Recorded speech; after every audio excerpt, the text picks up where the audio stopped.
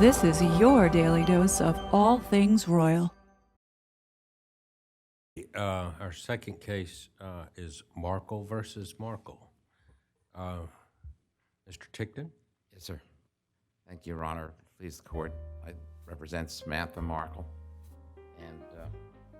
And, in reading over the answer brief, I realized that this case, more than ever any other case that I came across, and all the research I've done or otherwise, is a smorgasbord of all kinds of defenses. It's the handbook. Well, first, can you start with some clarification for me? One, we're only here on appeal on defamation by implication, right? Yes.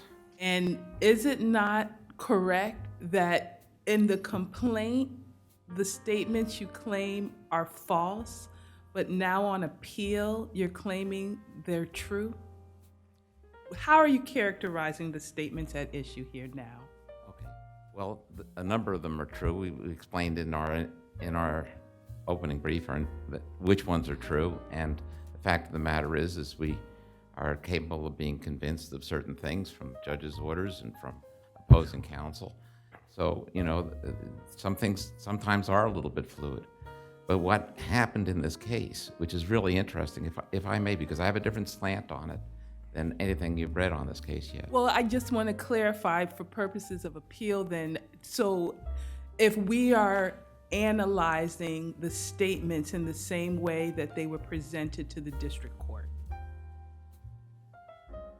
This is not a repeat of what was in the district court because this case is completely different. This case has all the different factors. If somebody had a manual on how do you hurt somebody and escape the liability of having a claim against you for defamation, this is the case. Because everything's in here. It's a smorgasbord of every single kind of way of avoiding liability, all mixed in one, when the whole purpose was to actually destroy Samantha Markle. And there were two things that were the objects of it. But if I could just very quickly go through what I'm talking about here. For instance, we have words with no precise definition that are used. They knew to use words like disinformation or racist troll so that, hey, we can't be liable for those. They knew the rules. Mr. Tickton, Yeah. I have a more fundamental problem with this case, Yes, sir. which is the district court, it appeared to me, had an alternative ruling that these were protected opinions, Yes. and you didn't challenge it in your opening brief. No, because many of these things are opinions. Well, guess what? If that's a separate and independent ground, an alternative holding, then it requires affirmance if you haven't explained in your opening brief the error. It seems to me that everything you argue about is beside the point, because when the district court rules, if the district court has an alternative ruling, you have to knock down in your opening brief every basis for the district court's ruling. And you didn't even touch this. No, because what happened here, if I may, okay, the opinion, such as she's somebody I don't really know her. That's an opinion, okay? Yeah. It is an opinion. Yeah. So of course I'm not going to argue with Her Honor and say that it is once I realized that really is an opinion. There's vagueness, like I was only child. There's don't say things yourself, get Mr. Bouzy to say it. It's every avoidance of liability are laid out here as though there was a lawyer there on the set saying, don't say that, say this. This is what you can say. The established defense of... How is that actionable? You just said that Meghan Markle had a lawyer who was effectively advising her on how to avoid any liability for defamation by implication. Why doesn't that mean you lose? Oh, because you just can't do, there's an old saying, there's no right way to do a wrong thing. And even though the counsel may have said, okay, say it this way, it's an opinion and so on, when you put it together, that's why we're looking at this thing from an implied liability point of view, because that's what it is. Because, don't say it yourself, get Bouzy to say it. use the established defense of using say that things are in groups, top it off with squeezing in a denial by the victim. Every single thing that you can find in all the other cases are in this one case, but it doesn't work.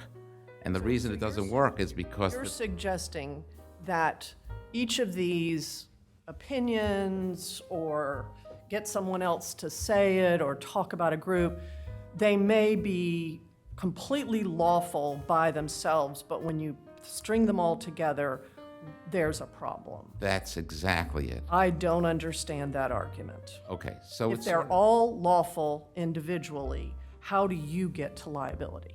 okay, because when you take a bunch of things that are lawful and even true, and you put them together in a way that infers something else, then that's there, and that's what I need to show. It's sort of like my dog. You know, if I throw a ball to my dog in the high grass, my dog knows how to find that ball directly.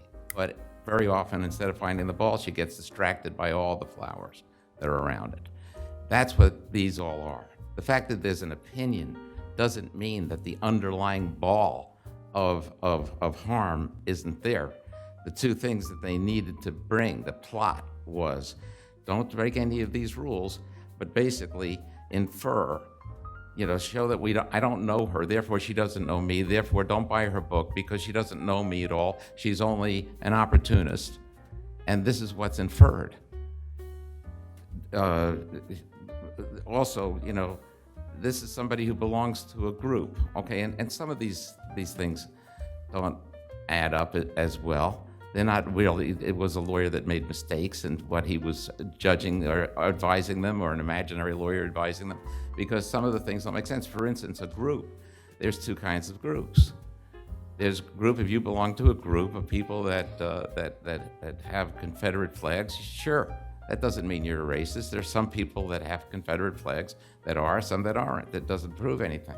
Okay, so but you're it does saying prove that that they- all of these statements, I think there's a lot of problems, right? There's number one, the alternative grounds. There's the fact that you said some of the statements were false, and now you're saying they're true. And now in terms of the of and concerning your client, I mean, they're talking about trolls. There's an expert who's a cybersecurity person, so it seems like it would make sense that Ms. Markle would rely on Mr. Bouzy's statement. Not So at all. how is all of this still of and concerning just your client? Okay, well, that last point you raised, you know, Meghan Markle knew that she had to know that none of the tweets, of the thousands of tweets that were made about her, weren't from her sister. They knew all the names of all the different accounts that the sister had, and they couldn't point to one thing that the sister said. It was a smear campaign against her sister. And she knew what she was saying. She knew it was a smear campaign at the time. The fact is, these things were inferred from all the things that were said. It doesn't matter that the word was used of that it's disinformation, you know, and that's attacked. It doesn't matter. The group thing, by the way, doesn't make any sense either. You know, if you're defined in the group, for instance, if we have a group of judges that wear red shoes, the one thing we know about those judges that put them in the group is that they're wearing red shoes, or they do wear red shoes. If the group is defined by a particular thing, that thing is an accusation. So it's that's not. the of and concerning, because your client was part of those groups, and therefore any comments related to those groups are of and concerning your client. Not so. I'm sorry, Your Honor. She was not a member of the group because she never wrote a text negative to Meghan Markle. And the group was defined. You have a bunch of people in a group that are sending negative texts or disingenuous, or rather disinformation to about Meghan Markle. But there was never any tweet that was ever made by Samantha Markle's. She never did such a thing. And so how do you say, well, I didn't bother to look at to see if there were any from her? I mean, that's silly. The fact of the matter is that, I'm sorry. Just please finish. Like, I know I'm walking into a tough situation here. But if this court does stand for the fact that there's no right way to do a wrong thing, and people shouldn't be able to manipulate and use these rules to find a way around it to cause that kind of harm to a lady who's in a wheelchair because she's got multiple sclerosis and destroy her life so she has to live with death threats, it caused her to have the misery in her life. And that's what defamation is about, unfortunately. Mr. Tickton, we're going to, you saved some time for rebuttal, Mr. Kump. Thank you.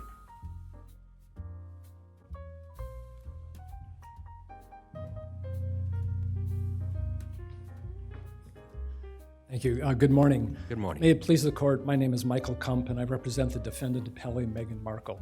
I think, to state the obvious, this case is about the third amended complaint. It is not about the new claims and allegations that are contained in the appeal briefs. Wouldn't the cleanest way of resolving this case be that that Samantha did not attack the alternative ruling? Yes, Your Honor. That's an independent ground that had to be attacked. Because she didn't, we have to affirm. I picked up on this point in the recent opinion by this court a couple of months ago in Reed versus Chambly. In footnote number 5, the court cited to Sapupo versus Allstate, which I think Your Honors I'm sure referring to, which says, quote, when an appellant fails to challenge properly on appeal one of the grounds on which the district court based its judgment, he is deemed to have abandoned any challenge on that ground, and it follows that the judgment is due to be affirmed. And immediately before, it says, to obtain reversal of a district court judgment that is based on multiple independent grounds, an appellant must convince us that every stated ground for the judgment against him is incorrect. Correct. Yes. As I understand it, your opposing counsel concedes that there was nothing in the brief that attacked that independent ground. Yes, in this appeal, the plaintiff has completely abandoned any appeal of count 1 for express defamation, and as a result, that will be affirmed. And the plaintiff expressly concedes that all 18-plus express statements alleged in the Third Amendment complaint by Meghan and by Mr. Bouzy are not actionable. That is conceded. The only appeal here is from a limited portion of count 2 for defamation by implication, and it's an appeal limited to a few proposed implications proposed by plaintiff based upon Mr. Bouzy's few comments. Mr. Bouzy spoke for a total of about 1 minute in the 49-minute episode. And as a result of this limited appeal, Meghan is actually no longer being sued for any of her statements, express or implied. She's being sued solely on a, with all due respect, convoluted theory of vicarious liability. Now, the court's all of those statements, the district court ruled, were also not defamatory for the same reason as those that the district court had resolved that issue as to count 1, right? That is correct, Your Honor. We went through 3 complaints. There's no attack of that reasoning. Right. And in connection with the motion to dismiss the Third Amendment complaint, we had our motion, they had an opposition, we had a reply, they even had a surreply, which is pretty rare in the district court. And all of these issues, we spent all of this time litigating about what was defamatory. And again, in their appeal brief, they come forward and say, well, there's actually 15 true statements in the Third Amendment complaint. I go, where? I can't find, there's close, and I counted them myself, there's close to 40 references in the Third Amendment complaint to false statements. There's not a single reference to a true statement in there at all. Can I ask you a question related to the false statement versus true statement? This is a question about the district court citation of a Florida case, the Rapp case. Yes, Your Honor. Do you have any Florida case explicitly holding that statements giving rise to defamation by implication have to be literally true? I know in Rapp there are general statements that literally true statements can be defamatory where they create a false impression. But I'm trying to figure out, is there a Florida case dismissing a defamation by implication claim because the statements alleged to give rise to the implication were false? Well, I think the Florida Supreme Court opinion in the Rapp case is certainly the starting point. That recognized the claim of defamation by implication. And the court, the court there, the Florida Supreme Court, which of course governs here, was very clear. It said, quote, defamation by implication applies in circumstances where literally true statements or conveyed in such a way as to create a false impression, unquote. Right, so that statement, to me at least, does not foreclose claims based on literally false statements. Well, I think it does, though, with respect to defamation by implication. Okay, defamation by implication, one of the things I would say is that this case has always been, in all three complaints, this case was about two things: alleged false statements, which were allegedly motivated by alleged personal animosity and ill will. And we all know that personal animosity and ill will has nothing to do with actual malice, because this court has cited that numerous times. And the alleged false statements, again, are statements, and because Florida law is clear, falsity is a necessary element of a claim. And I'm not aware of any Florida case that has held that any false statement could give rise in any sort of way to a claim for defamation by implication. The whole idea of defamation by implication, is at least the way the Supreme Court defined it there in RAP, is that you have these true statements that are either juxtaposed in a certain way or omit certain facts in a certain way to give rise to what are arguably defamatory implications.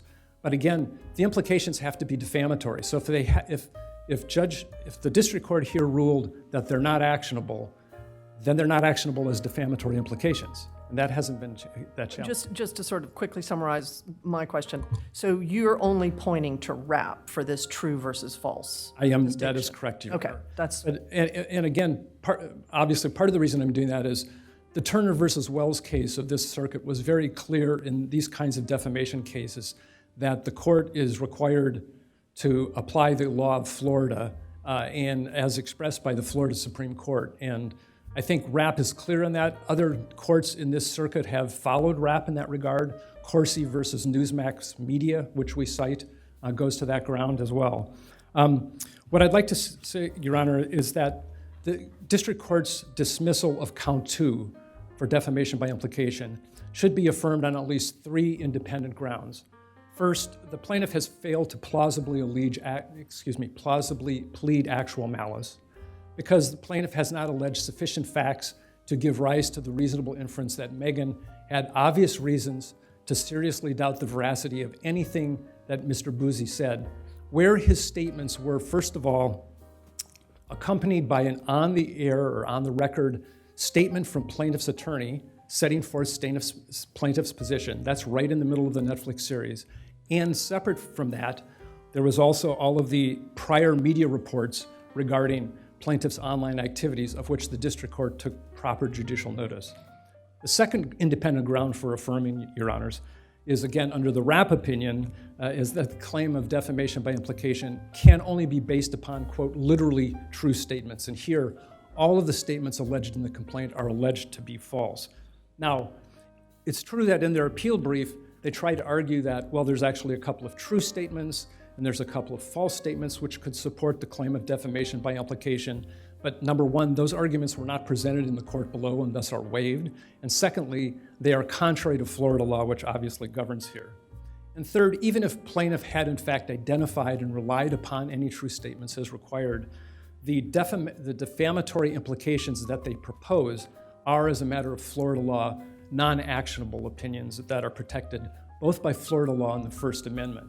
So for example, throughout the Third Amendment complaint, plaintiff throws out a number of what I would call hyperbolic terms that she claims were implied by false statements that were made about her. Claims such as, and these are taken directly from the Third Amendment complaint, charlatan, fame seeker, agent provocateur, racist, fabricator of stories, liar, and so forth. But under Florida law, as recognized in Turner versus Wells, plaintiff's proposed implications fail because they are not readily capable of being proven true or false. And for example, Mr. Bouzy in his limited comments did not call anyone or refer to anyone as a racist or as a racist troll. By the way, racist troll does not appear anywhere in the Third Amendment complaint. But in any event... Well, no, I thought he does say that a lot of the messages were about hatred, and then there are comments about them coming mostly from middle-aged Caucasian women. So if, to your earlier point, we look at the context, and then we know who Samantha Markle is, how is that not an implication that she too is trolling Miss Markle, that she's a racist and all these other things. Well, and I understand the point, Your Honor. My point was that he actually never used the term racist or racist troll in his comments. But in any event, the Florida Court of Appeals had recently held in 2023 in a case there that the term racist tirade was non-actionable and was a matter of opinion and would not support a claim for defamation or defamation by implication. And obviously, if the term, for example, racist tirade is protected under Florida law, then terms such as charlatan and fame seeker and such are also protected as well. And thus, for all of these reasons, the court's dismissal of the count 2 for defamation by implication should be affirmed. Now, with respect to actual malice, I just want to say a couple of things about that. Again, in order to plead here where Megan is only being sued vicariously, the plaintiff needed to allege that there were sufficient facts to support a reasonable inference that she had obvious reasons to seriously doubt the veracity of what Mr. Bouzy said. That's from the Saint Amant opinion by the United States Supreme Court, which has been cited by this court as well. And there's not a single allegation anywhere in the Third Amendment complaint that suggests, even remotely, that there were obvious reasons why she should have doubted what Mr. Bouzy said. In fact, there's many reasons that are stated in the record as to why Megan had many grounds to rely upon what Mr. Bouzy said. For example, episode 5 of the Netflix series in which Mr. Bouzy appears, of which the district court properly took judicial notice, expressly identifies him and his company as experts in the area of analyzing social media.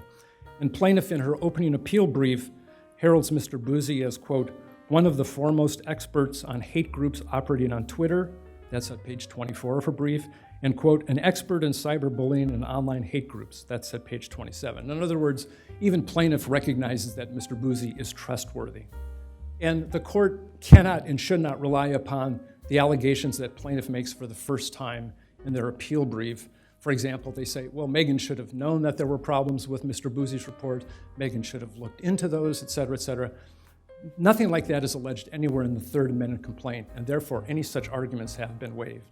But in any event, this court has previously held, for example, in the Michelle versus NYP Holdings case, that a failure to investigate before publishing does not indicate the presence of actual malice. There needs to be something much more than that. There needs to be a showing that for example, that the defendant purposefully avoided doing any further investigation to discover the truth. Obviously, we don't have anything like that alleged here. With respect to actual malice, another thing which I think is also important is the fact that the Netflix series also included an express statement from plaintiff's own attorney on what plaintiff now claims is the key issue here, namely the status of her Twitter accounts. And this court has held in numerous cases that when a publication or a broadcast presents contrary positions or contrary points of view, that undermines any claims of actual malice. That was the Turner case, the Michelle case, Jacoby versus CNN. And here plaintiff just has never addressed and said anything about the on-screen statement that comes right in the middle of Mr. Bouzy's comment. And this is a statement that is attributed to plaintiff's attorney, which says, quote, according to Samantha Markle's attorney, Samantha's Twitter account has never been, quote, suspended, but was instead, quote, hacked, resulting in, quote, imposter accounts. In other words, the series left it up to the viewer to listen to the respective explanations and make their own decisions, which undermines any claim of actual malice. And finally, it was also well established under the Rosa Nova case, which this court just applied in just last year in the Moore versus Cecil case, that when you have actual malice regarding a source, it cannot be found where there have been prior reports of the same activity. And in connection with our motion to dismiss the Third Amendment complaint, we filed with the district court a request to take judicial notice of certain publications. At the oral argument that we had, plaintiff's counsel did not oppose that, and as a consequence, the district court took judicial notice of a number of publications which are listed in our request for judicial notice, which is part of the record here. And that all of these publications, which were prior to the Netflix series, established that plaintiff had made false and misleading comments online many times about Megan. For example, one of the articles that the district court properly took judicial notice of was a March 2022 article from BuzzFeed News. Again, this was prior to the Netflix series, which was titled, quote, "Meghan Markle's biggest troll is her half-sister Samantha," unquote. And so under Rosa Nova and its progeny, the previous media reports undermine any claim of actual malice. And so for all of these reasons, the plaintiff has not and cannot plead actual malice here. Well, but does that speak to the issue of the and concerning, given the publications that identified Samantha Markle as a troll, and then you have an expert who comes and talks about trolls? How is that not of and concerning Samantha then? Well, of and concerning is a wholly so actual malice is a separate ground unto itself. Right, I understand that, but just to, because with 14 seconds left, just trying to make sure I understand that point. Yes. What I would say about of and concerning is that of and concerning was much more important when there was the first cause of action for express defamation. That's really where we relied upon that. Once they decided not to appeal that, the of and concerning became of less concern, because now we're just talking about implications. I thank you. Thank you very much, Your Honor. Thank you, Mr. Mr. Titkin, you saved 5 minutes. Thank you, Your Honor. The point is that it's all the comments that are taken together. It's not any one of them. So, but to give you an example, Samantha Markle was part of a group that was putting out a lot of disinformation. Look at that one thing all by itself, and it's not defamation. But when you combine it with that she's putting out tweets that basically say, "Why don't you die?" How could a half-sister Meghan be part of a hate group, accusing her of being in a hate group?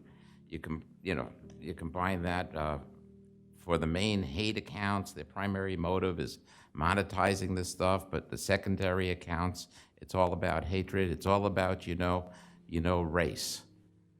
So when there can be derogatory terms that can use the N-word on tweets, you're making people want to kill me. It's not just a tabloid. You're making people want to kill me. She's talking to her sister and telling her sister that. Altogether, it caused death threats. It caused her sister to be a hated person in the community.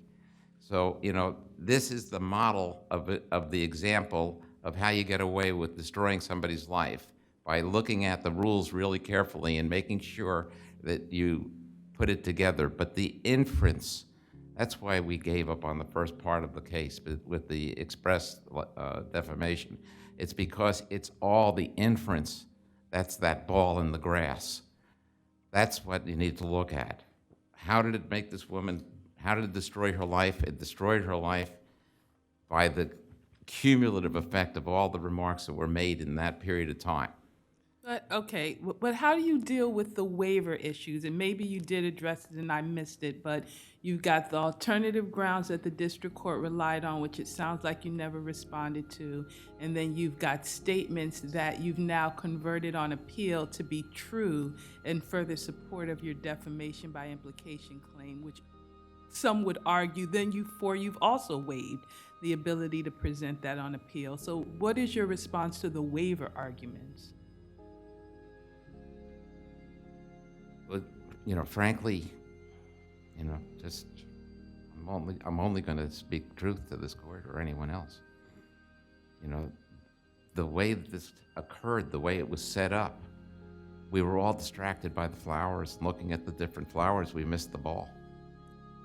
And it's not too late. The ball is there. The implication of the fact that this is an awful person because she sends these tweets that was basically put out by a person who knew that she never put out any such tweets.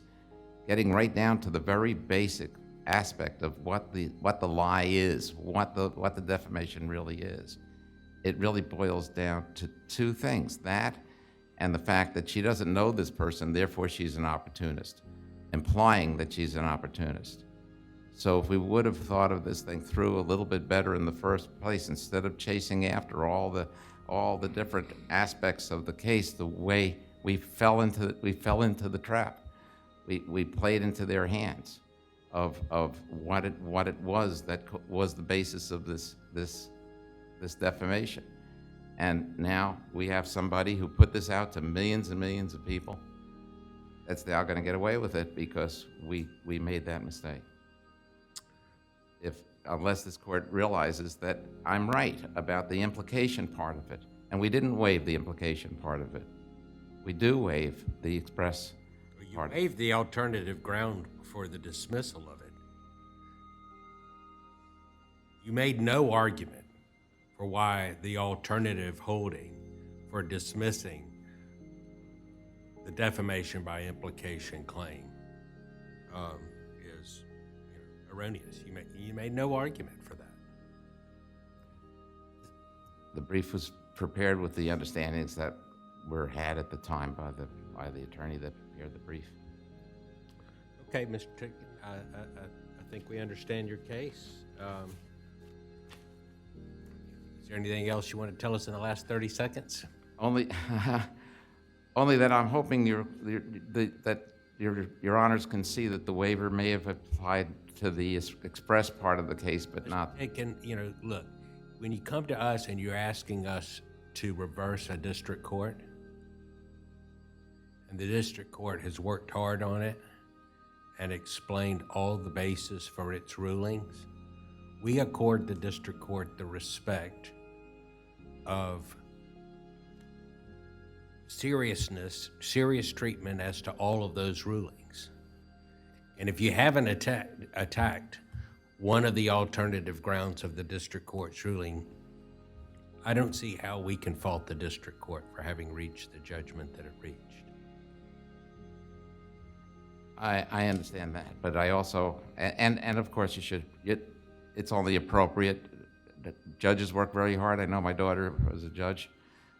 You get to know it once you have a family member that works as hard as the judges do work, and I know your honors also work very hard. And I respect that opinion, that position. At the same time, there's a tremendous burden on this court to straighten out the law of the 11th Circuit and to make sure that We should do that in a case where the issues are properly presented to us. Thank you, Mr. Titkin. Thank you, Your Honor. I do appreciate your time and attention. Such a fraud.